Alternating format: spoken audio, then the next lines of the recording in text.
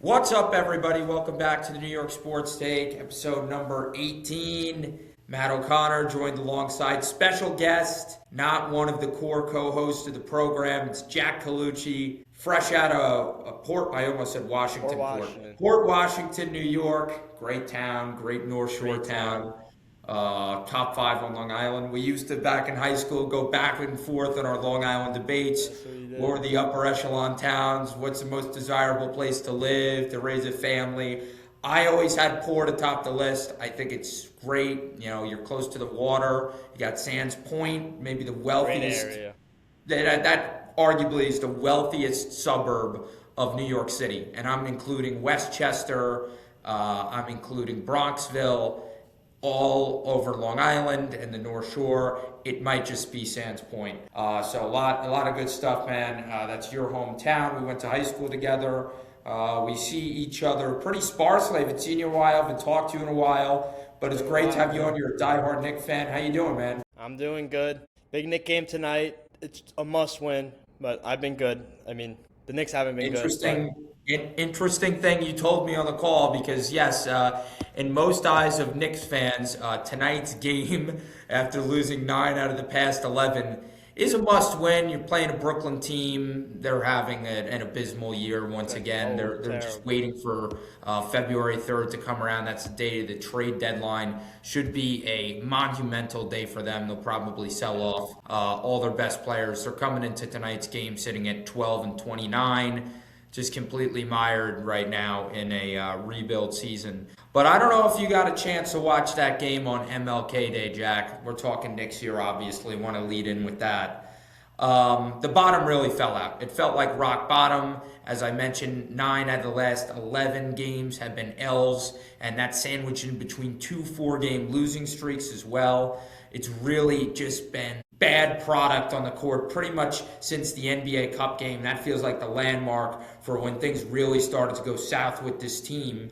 And as you mentioned to me just before we hit the record button here, you don't think that this core internally can bring it around. Doesn't feel like any major trades are going to be done. James Dolan had a spot on WFAN just a couple weeks ago. The last time he spoke before that was 3 years ago. And he spoke to the fan and he says he believes this group, this active group of contributors on the Knicks roster right now, he expects them to get to a championship and they will not be looking to make any major moves. You seem to have a different perspective. You don't think that they could do it. What are your thoughts overall? This two-part question. Overarching on the season, what do you not like about this current roster? And then what do you want to see come February 3rd? Because, again, Dolan did say this, mind you, it was before these last 17 games that really got ugly. So go ahead, take the floor. All right, so to answer your questions, I would say I think their biggest concern's got to be the defense. I know I have a shirt on right now, Brunson. He's my favorite forever. But you can't have two guys, your two best players cannot be major liabilities on defense. No teams work like that. Denver with Murray and Jokic, not the best defenders, but their pick and roll game was one of the top ever. Giannis and Chris Middleton, good defenders. LeBron and AD. You had Tatum and Brown. Your top two guys got to be able to play the defensive side of the ball. At least one of them has to, in my eyes. And it annoys me. I don't like watching Cat play. I was never big on the trade. He's a bigger name than Randall and DiVincenzo, but come playoffs when it gets physical and everything, that's not a guy you want on the team. I mean, Minnesota traded him because of financial purposes, but I just don't think he's built for New York. He's a New York native, I'm pretty sure, but he is not built for New York. And to answer your second question, he is a New York native. I think his dad grew up, or maybe New Jersey. I think he's from Jersey, but the New York area, the tri-state area. Yeah. Grew up a Knicks fan. Both of his parents, I think, worked for the government, and one of them a teacher. Donovan Mitchell as well from the New York area as well. It's the going is absolutely rough right now. Just for context, the Knicks were down 75 to 47. 75-47 at halftime.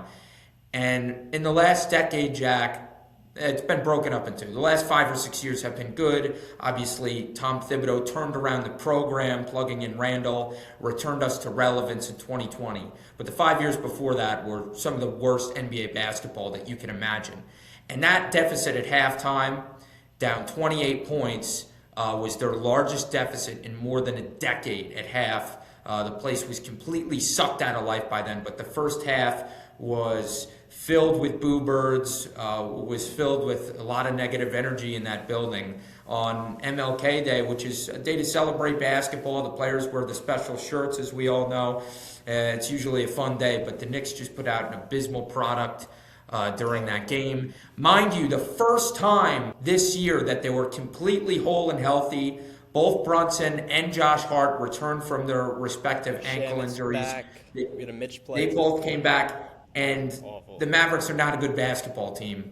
We all know this. I think they're 12th in the Western Conference as it stands right now. No Kyrie Irving, no Anthony Davis. I think they were missing like 5 or 6 of their rotational guys. They had nobody. No PJ Washington, no D'Angelo Russell, no Derek Lively. No Gafford. And no Gafford. They were completely bleak up and down during that game, and for the Knicks to trail as much as they did. And in the second half, the defense looked a little bit better, but the game was pretty much over by the time that came around. I believe Max Christie had 6 threes. I think he had 6 threes at halftime. And you know what? I think I heard CP the franchise say this, big Knicks fan YouTube page. Since the NBA Cup game, there have been 6 different players to do that to the Knicks, Jack. 6 different guys have hit 6 threes. The three-point defense and transition defense and overall defense has been so bad up and down. We said it before we got on here. I think it's the 29th ranked defense in the NBA since the NBA Cup game. But you got to talk about it a little. I mean, were you not rolling with the vibes earlier in the season? This team was 23-9. Everything seems to be going right. You win that in-season tournament. The players get their bonuses. The camaraderie seems to be really good. You have Mike Brown up at the podium vouching for Jalen Brunson to get MVP votes. Tyler Kolek playing like magic. He put us on the shoulders in that game against Indiana. So all this positive mojo, were you not feeling it? You felt like it was fraudulent from this group, and now you think it's starting to look that way? Or is this more of just spur of the moment for you? Well, to go back to even last year when they played Detroit in round 1, I really did not think they were going to win that series. I thought they were done round 1. I knew there was something off when they played. When you have a starting 5 like that, they were statistically very awful. They were awful under Thibs at starting 5. And when they put in Mitch for Hart, it was a little better. That was just more of Thibodeau's scheme. And I was not the biggest Thibs fan. I wasn't a Thibs hater, though. But he would play the guys a lot, and it just, I think there's like a limit with Thibodeau. I don't think you would ever win with Thibodeau, but you could go further. The thing with Mike Brown is I feel like he's not hard on the player. The Knicks have been, now in the last 3 to 5 years, disciplined team, die for loose balls, test every shot. Like, that's what they were.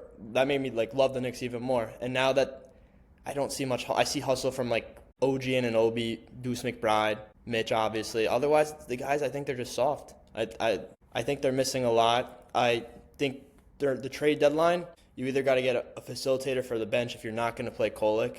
And I see a lot of people saying get guards that could play defense for the bench. You have Deuce there. I think you got to get a 3 to 4 that could shoot and play very good defense. Like a guy that hit 6 threes against the Knicks, Champagne on the Spurs. I think that would be a good addition. He's Johnny, and I think that would be a good add. Yes, Julian. Yes, Champagne. I forgot about him. Great college player, obviously, and we'll also do a little aside on Karl Anthony Towns and the season that he's having right now, and get your take on him a little bit. But let's say that the Knicks win tonight. The Knicks finally get themselves out of the dungeon these next couple weeks leading up to the deadline, and they don't go full-blown blow-up, fire sale, get rid of everybody mode, which is the most likely outcome, right? Knicks have an 80% chance to win tonight. They're heavy favorites. You only have a couple more weeks to the All-Star break until we get to the unofficial, even though we've surpassed the first half of the season already. You flip the calendar, you get to February. and things kind of reset. What's the most likely outcome for that? You're going to make a trade on the margins. You're going to go and get somebody that can actually be a real contributor to this roster over Gershon Yabusele, who's been the worst $12 million ever spent in free agency. I mean, the guy does nothing well. Nothing. He's a fossil. He's a shooter that can't shoot. His defensive metrics are awful. He doesn't even get that many minutes anyway, but the best game that you'll see him play, like grading wise, is like a B minus C plus game from him is fantastic because he's putting up D's and F's on the court every single night. I can't stand him. I can't wait to get him out of here. Trade him for a bag of chips. But if you find a team that sees some value with the way that he can shoot the ball or whatever, and you package him in, I like the name that you threw around. A few of the names that I saw in some different articles or whatever was Ellis from Sacramento, a guy that can stretch the floor a little bit. I'm forgetting his first name right now. Keon Ellis. Keon Ellis, that's right. We saw him the other day when the Kings whooped our ass, Mike Brown's former team. That was another really bad game. Another really poor shooting performance from the Knicks in that one. So you got a first-hand look at him the other night. Maybe some guys up in Toronto that you could do business with in getting Yabusele. People have been floating, I'm trying to think of his name in Toronto, Nigujaba or... Ochai Agbaji. OJ Abaji, yeah. I mean, these are guys that can shoot the ball a litlittle bit. They can provide you with a little bit more defensive versatility, which the Knicks need desperately. Defense. And man, I've been here. Everybody's on such far different ends of the spectrum. I love and respect CP, the franchise. He wants things to stay pat. He doesn't want to move things around too much. Then you read some Knicks writers who say anybody on this roster right now is expendable to being traded at the deadline. From Cat, I heard Stephen Bondi throw out a trade. Man, I don't think this is a great return on investment.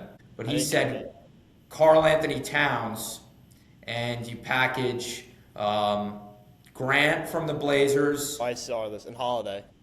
And Drew Holiday. No, you do not. Would you do that? I mean, Cat supporter or not? I would not do that. I'm not a Cat supporter, but I think with Cat, you either got to get on the phone with the Milwaukee Bucks and get, in my opinion, a top 3 player in the world. Not often you're going to get a guy like that publicly stating that he wants to play for your team. I think you just got to roll the dice. I would give up literally anyone besides Brunson and go get Giannis. At this point, it fills the defense, the 1-2 combo with one good defender, not good defender. They could both score. I think you got to do everything in your power to get Giannis. I don't think it's going to happen during the trade deadline. I think that's something we may see in the offseason. Depends how the playoffs goes. Yeah, there was some smoke there. I mean, the Knicks really missed out on that opportunity. They probably would have had to do it before they put in this new regime with Bridges, and I mean, they had an opportunity to do it then, but they decided not to. And there was some smoke there. There was a report over the summer from Shams that he publicly said he wanted to play for the Knicks, and then he kind of shut the door on that. I don't know whether he said it or not. What he's saying now is, I would never be the guy to ask for a trade. He's not going to outwardly ask for a trade and want to. He's given like hints. He's not going to publicly state that he wants to be traded. But I saw something. It said like, where do you see your future with this team? He's like, I don't know. So like, I think he's very loyal to Milwaukee. I mean, he's the greatest Milwaukee Buck. I mean, Reem obviously, but like he won them their championship after being in the sewers forever. I think if he wanted to get traded, they would do him right. They would send him to where he wanted to go. They wouldn't send him to a team like the Nets or the Jazz. Like they would do him right, send him to the Knicks. I know Miami's tied in there. There was another team, I think Atlanta, but I think the Knicks have to try to get him. I would give up anyone. It could be Cat, Mikal Bridges. I love Kolek, but you could throw him in there. And yeah, well, I mean, if you're going to make that happen, unfortunately, you're probably going to have to. There's a lot of things that go into play with the Knicks apron situation. Right now, they're in the second apron. They could not go into a further apron. So any deal involving a trade for him, you'd have to remove more salary from the team than salary that you can take on if you're the Knicks. And you can't provide the Milwaukee Bucks with any draft compensation because you have none. Because I think you gave it would up be a 5 3-team first rounders. trade. I've seen things with the Suns getting involved, and because Devin Booker and Cat played together in Kentucky. You never know. They may want to, play together. You could send Cat to Phoenix. Phoenix has a lot of picks from trading KD and stuff. They could send that to Milwaukee. You could send Bridges to Milwaukee. And the Knicks could get Giannis, and maybe Phoenix Suns got some role players that I think would be very beneficial on the Knicks. Yeah, they do. Knicks need some role players right now. Just do something on the margins at this trade deadline. Listen, let's have a little bit of a conversation about Karl and Anthony Towns, though. I respect your opinion on Giannis. I just don't think it's really worth talking about right now because I agree. It's not going to happen. I saw somebody kind of the perfect time. Two sides of the tunnel are converging right now because the Milwaukee is struggling with Giannis and they're kind of at a crossroads with their franchise, and the Knicks are absolutely limping into the trade deadline. Yeah. Maybe these two guys get on the phone with each other, make it happen, but there's just they would not be able to pull it off because of how much it would take for that to happen with the apron thing that I mentioned, and then I don't know what other team would want to get involved in that mid-year as well. So it's an off-season conversation for me, and maybe something we work our way back to if the Knicks do not at least get to the NBA Finals this year, with how open the landscape of the Eastern Conference is. But Karl Anthony Towns, Jack, he's having a career bad year. Like let's just be real about it. All of the numbers show that, but especially on the offensive side of the ball. You've seen his aggressiveness, his discipline on defense did look really good. His rebounding numbers this year have been off the charts, both offensive and defensive. But offensively, this guy seems to have really lost his place during this shooting tumble that he's taken. His career, 52% from the floor. That's over a decade span. And this year is 47. His three-point percentages have plummeted. This stat is from Tommy Beer, Knicks writer. 42% last year. Now he's down to 36 this year. And the layups, man. The layups have been abysmal. Oh and those should be automatic. I mean, if you're considered one of the elite big men, both shooting and driving of your generation, you got to be hitting layups at an elite clip. This year he's below 55%, 53.5% of his layup attempts have been smoked. So he's 47% actually. And he's 57.3 of his shots from within 5 feet of the rim are no good as well.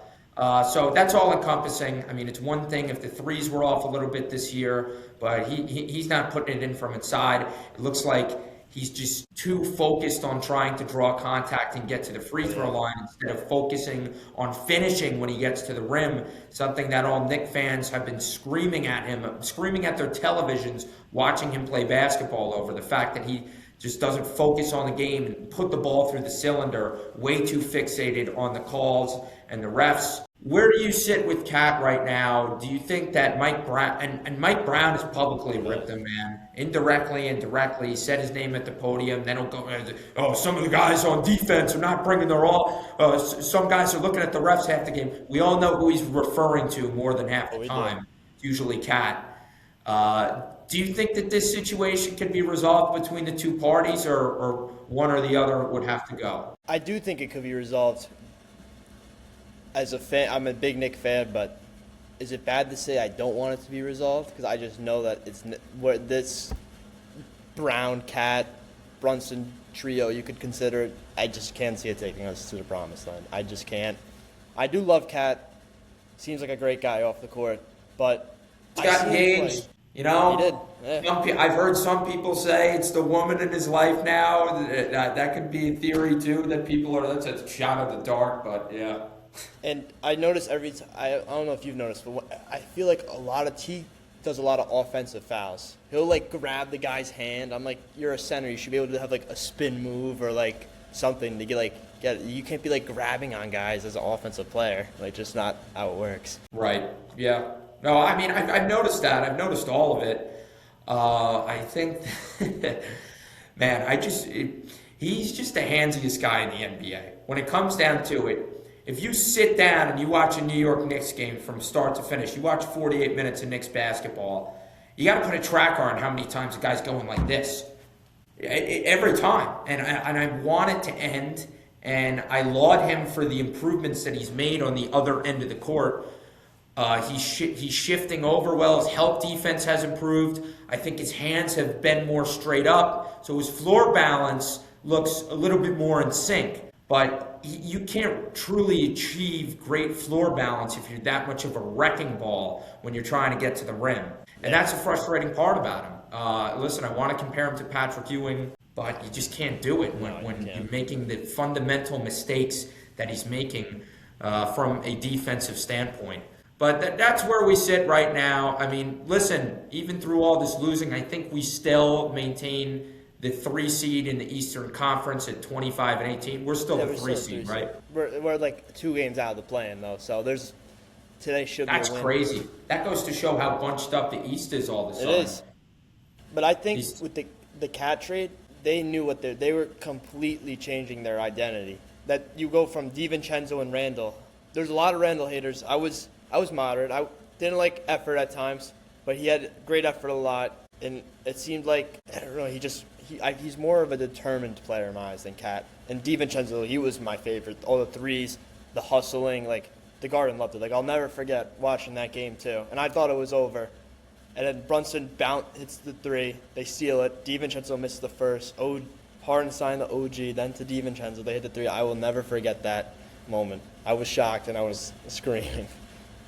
Yeah, that was one of the great moments of our life as Knicks fans, man, and just have that run because we were virgins to it. We hadn't seen that kind of exciting basketball from an NBA team in our lives, and that shot was ridiculous. The whole offensive rebound, absolute pandemonium, both inside the Garden and shortly thereafter, as we all know, right down 7th Avenue.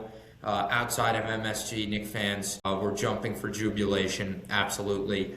And I mean, big picture, Jack. It's really Mike Brown was brought in here to win the Eastern Conference, and I understand a lot of teams are playing good. I understand that the Toronto Raptors look they might be premature, but they look ahead of schedule as far as their rebuild goes. Boston's still doing well without Tatum. They're still doing well. And there are some rumblings that Tatum is going to try and pull off what Aaron Rodgers did his inaugural season with the Jets when Rodgers tore his Achilles 4 games into the season. Then all the aspirations to come back if we were competing for the playoffs. Jets end up jetting. They kind of kick themselves out of the playoff hunt. So Rodgers says, I'll just rest the rest of the regular season and be ready for next year. Of course, the ensuing season, 5-12 disaster. He's out of there. Yada, yada, yada. That's another story for another day. But Jason Tatum's, he's trying to do the same thing right now. He's trying to see if potentially, if the Celtics are looking or are poised to go on a run, if he can make it back in time and play for them, which would be insane. That would be crazy. I don't think he is. I think he won't come back. But the Knicks, this is the year. Because I mean, Boston, they beat them last year, but. They don't have to pay for Holiday, Porzingis. They're more spread out as a team, and this is the year the Knicks, I think, have to make the finals. Detroit's good; they're very good, still an experience. Toronto, same thing. Orlando, same thing. And Philadelphia is a younger team now. I mean, Embiid's like the only older guy. You got Maxey, Edgecombe, Quentin Grimes is over there. They're a young team. Yeah, they definitely have a lot of young people. I mean, especially Grimes. He's had some monster performances since he got over there in Philly, and I always thought he was a good player. I loved his game. I think they rushed that whole getting him out of there. There was no need to. Yeah, and they didn't get much in return too. They got Burks and Bogdanovich, the tall guy that could shoot. Gosh, Bogdanovich, what a great player he was. He was a good shooter. He got hurt everyone got hurt that year. Everybody went down, and we needed him. I think by the time he got hurt, he was already plugged into the starting lineup. They kind of needed him to. Yeah, I remember he got hurt. Mitch, obviously Randall. I think McBride might have got hurt for a little bit, but they had a bunch of guys out. But in my eyes, that was the fun Knicks team. You had the Brunson, DiVincenzo, Hart, OG, Hardenstein lineup with Bogdanovich, Deuce, and Mitch off the bench. That was a fun team to watch. Yeah, it sure was. Things are a lot different. Mikal Bridges, he's been plummeting recently too, Jack. And remember the start of the year, I go up to the pivotal point where things really started to turn was after the Cup. But up to the Cup, what was the sentiment around Michael Bridges? Was this guy's been the most consistent player on the floor for the Knicks all year long? Every game, he's putting up a similar stat line, very efficient, Iron Man, playing defense, playing a complete game, and he's been way off recently. 7 points in 33 minutes in the last game against Dallas. You wonder if Mike Brown's lost the locker room at this point a little bit because the amount of guys that are struggling. OG shooting percent. OG too. It's all of them right now. Brunson's getting blown by. I know Brunson's stat lines, you still look up and he's still, posting 27 and shooting fine. Not spectacular, His but he's defense still is concerning. his Yes. defense, man. I don't know. Mike Brown did say that he did make significant changes. He did not dive into the particulars of those changes or what that entailed at Tuesday's practice, so it was yesterday's practice. We'll see if that displays itself tonight. What do you think as it is? we mentioned at the top of the program, we are hosting the Nets tonight. I think right now we're on a 12-game winning streak, which is the longest in franchise history against Brooklyn. The Brooklyn Nets just always seem to be a nice get-right spot for the Knicks, a nice padding spot. So I would expect them to win. FBI says they have an 80% chance to do so, which seems a little generous. I mean, just the way the Knicks are playing. But, should be a little I do expect them to win this game. No Hayward Highsmith for Brooklyn or Day'Ron Sharp. He's ill, so you really got to win. And again, the Knicks are fully healthy now. There is not injuries have sucked this team down throughout the year. Now. No excuses. You had DOR starting at certain points and Kolek getting big minutes. Their minutes have taken quite a dip. Now everybody's here, man. Josh Hart's on the floor, who in the midst of this losing streak, they beat the Blazers once, and Josh Hart was huge that game. I think he had like 13 rebounds. Blazers are a sleeper team also. They're not a terrible team. Portland? Yeah, they're not terrible. No, they're not. They're not good, but they've been playing better lately, especially. I think they were riding like a like 5-game below 500. point. Like slightly below 500. But anything last you got to say before we move on to baseball? I just had a question. I was wondering, what do you think Mike Brown's new scheme or regiment, like what do you think it's going to be? Well, yeah, I mean, he spoke to reporters the other day, and he completely gave no detail as to what the change will be. Listen, the Knicks have been running a lot of shift gap help defensively. That's like what Mike Brown's preaching point is.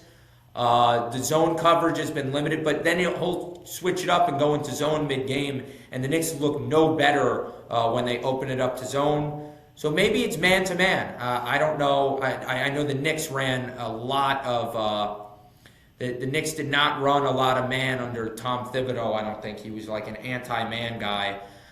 Maybe that's what's needed. Offensively, I think the biggest, it's all of them. We mentioned Brunson on the blow-bys, and other guys have struggled. But I've even seen Bridges' defense, who you've come to expect so much out of. I feel like he's not all there. I heard Evan Roberts on WFAN say earlier today that he thinks that there's something to be said about just being worn down at this point for him. I know we all admire the Iron Man streak. I think he's close to like 600 games, right? He's around consecutively playing. It keeps going up. It was in the mid-500s earlier this season. So I know we all have fun with that, and it's a fun phrase to throw around, and it's fantastic. I don't think anybody will come close to what he's doing right now. But maybe he's a little worn down, and there's something to be said for load management in the NBA. So, and another thing I noticed when they played Dallas, and all you hear last year is how they need guys to help on the bench. They need someone. I like Clarkson. He's a good scorer. I just don't think he's a winner. He's been on losing teams. He takes terrible shots. And I noticed I looked at the box score on Monday. I mean, it's just a regular season game. But the 8 guys that played was the Knicks 8 last year. It was the starters, and then you have Deuce, Mitch, and Shamet getting minutes. Clarkson played like 1 or 2 minutes in the second half or second quarter, and he didn't play the rest of the game. Yeah, no, he's gone down, and Listen, we didn't have much expectations for Jordan Clarkson coming into this year. He's a Sixth Man of the Year award winner. Perennially a guy that shoots over 40% from three year to year. But it has not looked good. You mentioned the ugly shots. There are just certain things, certain patterns, and things that certain players do when you watch the Knicks. I talked about the Towns flailing of the arms. I can't stand watching that. That's the most frustrating thing of all time. I am literally screaming at the TV every time I see that. But Clarkson, some of these fadeaways, it's a beautiful thing about Clarkson. He's got great scoring ability with the ball in his hands. Then at the same time, once you give him the ball, there's a good chance it's not going to move around much more. He's a make or miss kind of guy. Lately, it's been more misses than makes. And he's we'll see. And they have to beat the Nets, and they got to come out strong. That deficit at half, they came out with.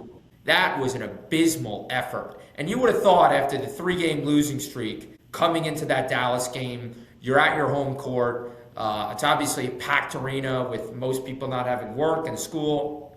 I thought I'd see a little fire in their belly in the first half of that game. And just from the opening tip, they looked even more dead than we've ever seen them all season long. So you got to roll over from that.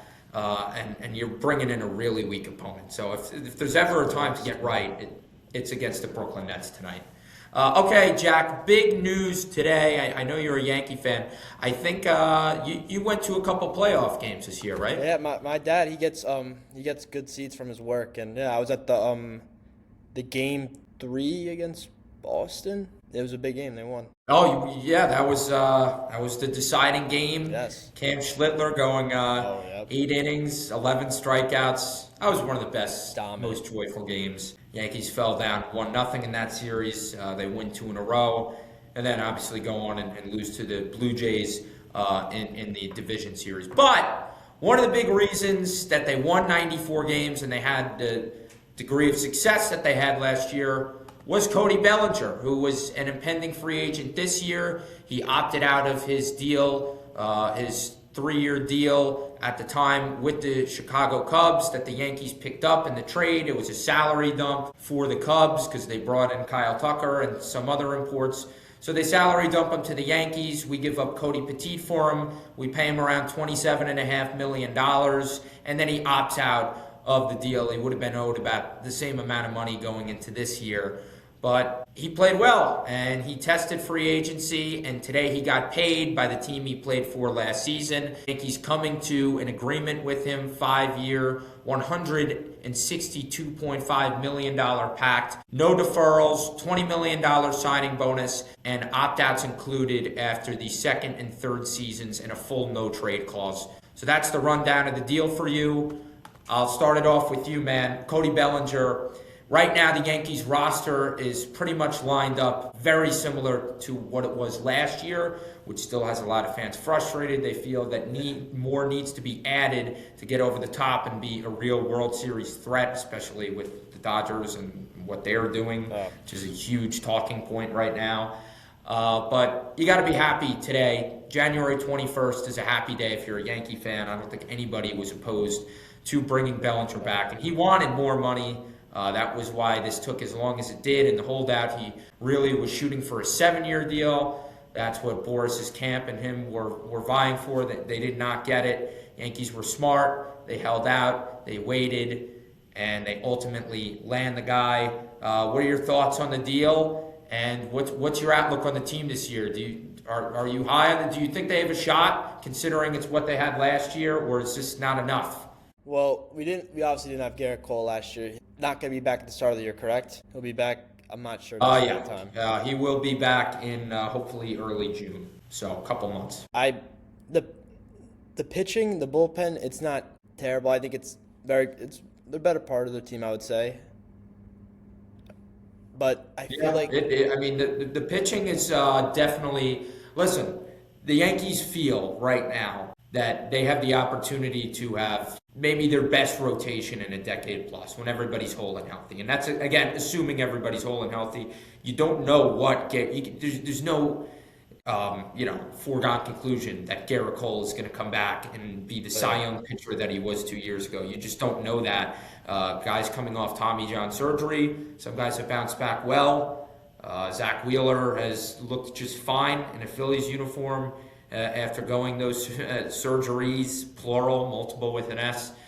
And other guys' careers have never quite recovered from that. So you just don't know for certain.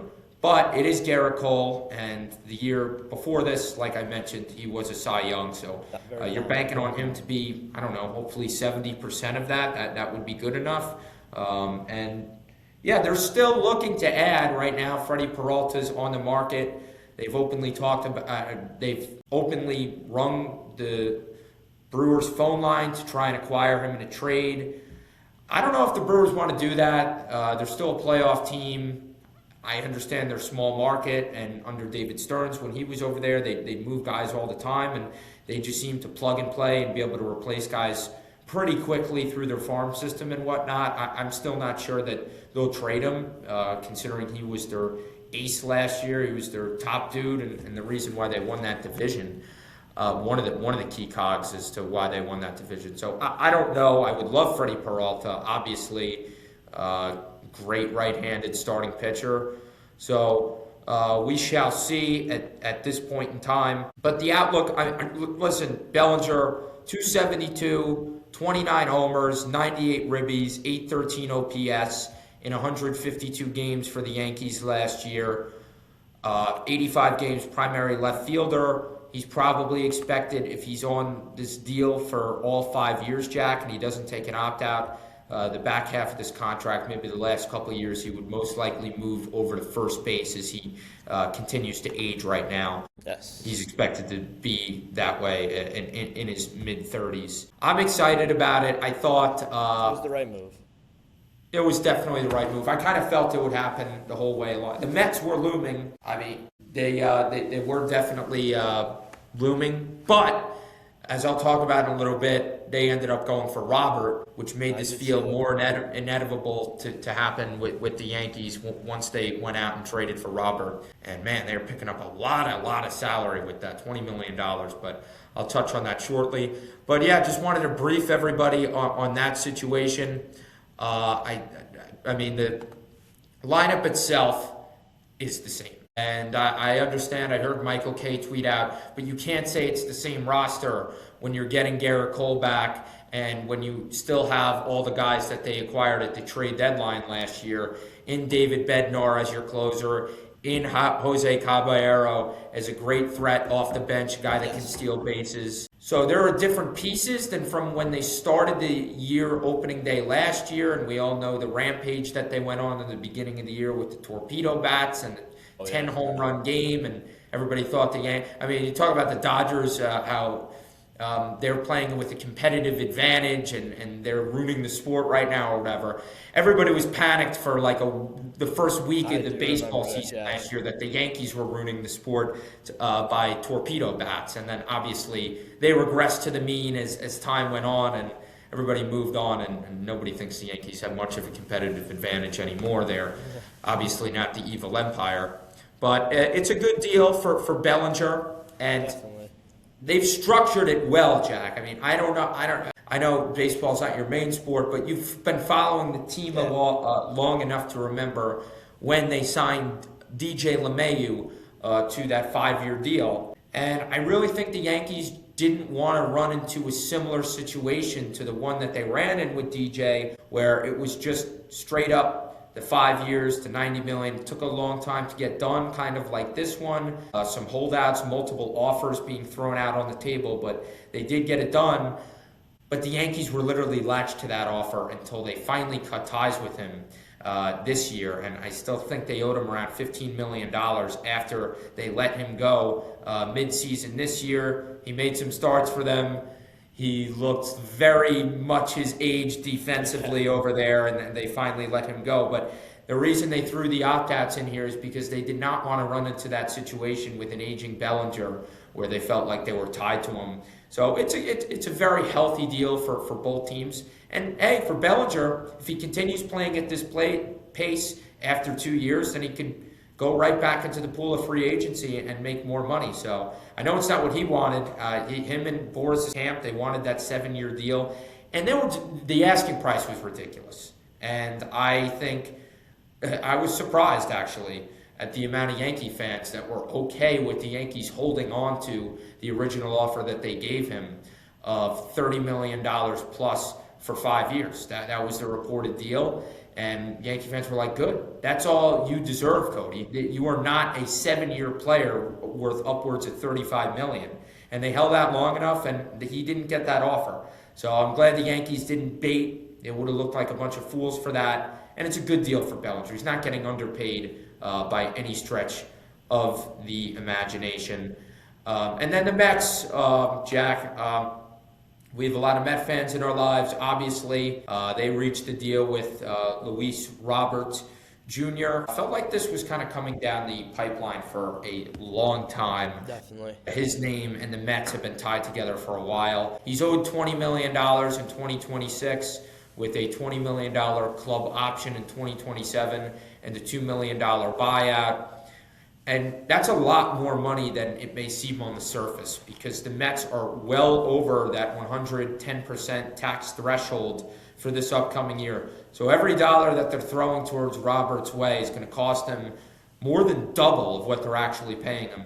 So that's $22 million more of a tax threshold hit that they're taking. Luxury tax payroll sits at $360 million right now. So an exuberant amount of money being spent by the Mets right now. And if the CBA owners get their way, that will change very soon. That amount of money will not allow to be spent if these CBA owners get their way. They are looking to cut down this big market spending significantly. A source of The Athletic saying that these guys are going to go for a cap no matter what it takes. So we'll see what happens. But hey, it felt like this was going to get done. This marriage between Cody Bellinger and the Yankees was coming, especially once Robert signed with the Mets and they go get their center fielder, provides them with some versatility. The Mets desperately did need another body out there in the outfield. And yeah, I mean, any thoughts on the state of the team right now? Obviously, I aired my grievances as I just feel like something more is needed. I would love Freddie Peralta, especially with how long it's going to take not only Cole to get back, but then you don't have Carlos Rodon, who's obviously a lefty for the first month as well. And I'm not sure that they have enough to hold their head above water with what they have. And then once you get all of them, if you have Freddie Peralta, you got to count on the fact that somebody else is going to get hurt, right? I mean, that's just what happens over the course. It's happened with the Yankees every year. Luis Gil, coming after winning Rookie of the Year, was hit with a torn labrum. He was out till June. He came back. He was never the same player, lost a lot of velocity, yada, yada, yada. I guarantee you Cole or Rodon, one or the other, is not going to be the brilliant pitcher that they've been Rodon last year and Cole a Cy Young season. So if you bring in another top-of-the-line guy, not only are you providing yourself insurance, but you're also bolstering a rotation that's probably not going to look as good as it may look on paper. So I think that's the right deal. But what are your thoughts on the state? I agree with you. I think they need to get someone else in there just in case injuries. It happens in sports, obviously. But my more concern, it lies with their batting lineup, I feel like. I mean, I don't know where they are, but I feel like they need, not like a co-star next to Judge, but, Judge only has so many more years left. He's been loyal. I think you got to look to trade some of your farm players, maybe some young guys in the lineup, and go get a superstar. I don't have a name in particular, but I think to win a championship, that's something you're going to have to do. Yeah, I mean, right now, thank gosh, it might not be quote-unquote batting protection because somebody that protects you hits behind you in the order. But good thing they have, I'll use the word padding around Aaron Judge because it just felt a little sparse over there.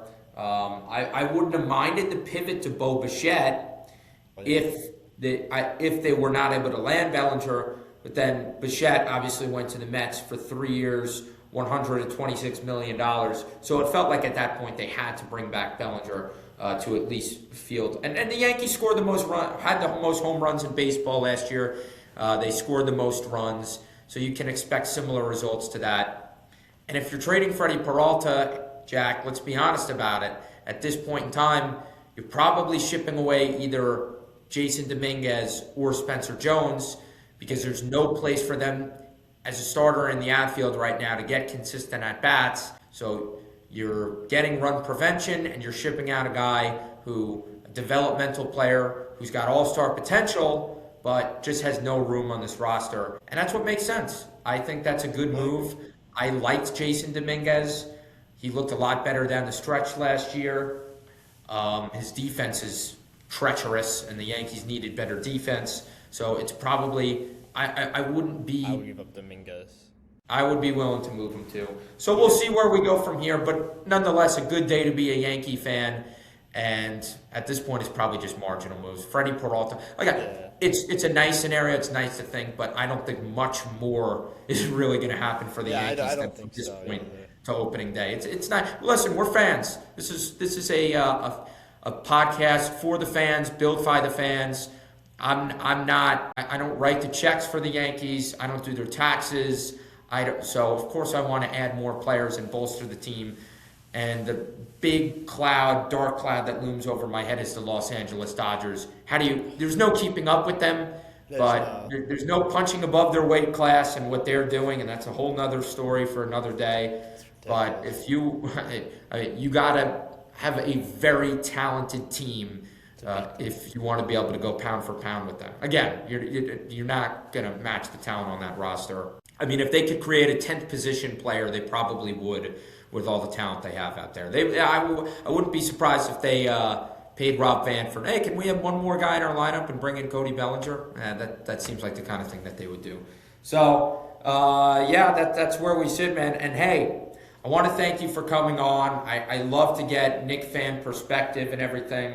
Not a fun time to be a Knicks fan, but we have to keep in mind at this point in time that we're just a little bit over halfway through, and Mike Brown's on a 4-year deal. So any sports talk radio host or guy that tweets from their mom's basement calling for his job, you're probably not going to get your wish, nor should you. I still believe in him.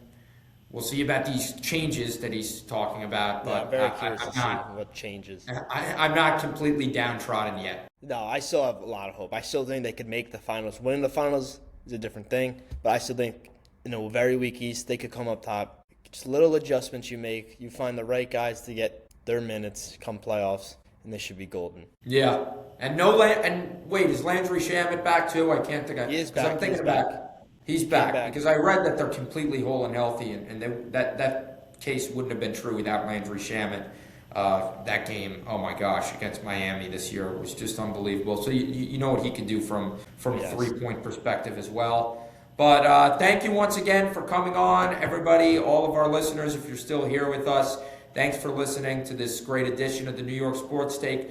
We will be back in not too long. We got great football coming up this weekend. We will preview the NFC and AFC championship games next time. We will see you very, very soon.